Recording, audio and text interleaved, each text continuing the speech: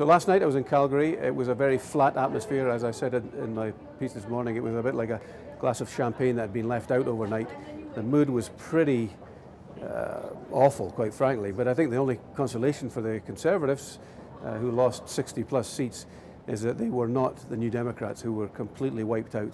A lot of good MPs went down to defeat. People like Peggy Nash, Paul Dewar, Jack Harris, people none of us ever thought were going to lose their seats. The Conservatives, though, they've still got 100 MPs, they've got money in the bank, and I think with a new leader, they could still be a force at the next election. Stephen Harper resigned last night, even though he didn't resign. He gave a valedictory address speech in which he didn't mention the fact that he was now going to step down as leader, although he was going to remain as an MP. It was only because the party sent a press release to journalists saying Harper had asked them to look for an interim leader and start a leadership process that any of us knew that, in fact, he was going.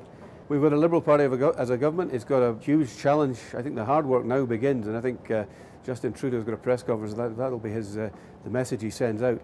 He's got to pick a cabinet. He's already committed that half of that cabinet will be female, and he's committed that it's going to be a much reduced cabinet, only 25 people compared to 40 for the Harper government. That means he's going to have an awful lot of disappointed and potentially disgruntled MPs that he's going to have to manage. That's going to create its own issues. The other big challenge is that he's got a very thick platform of promises that he's made, and he's now got to execute on some or all of those pretty quickly.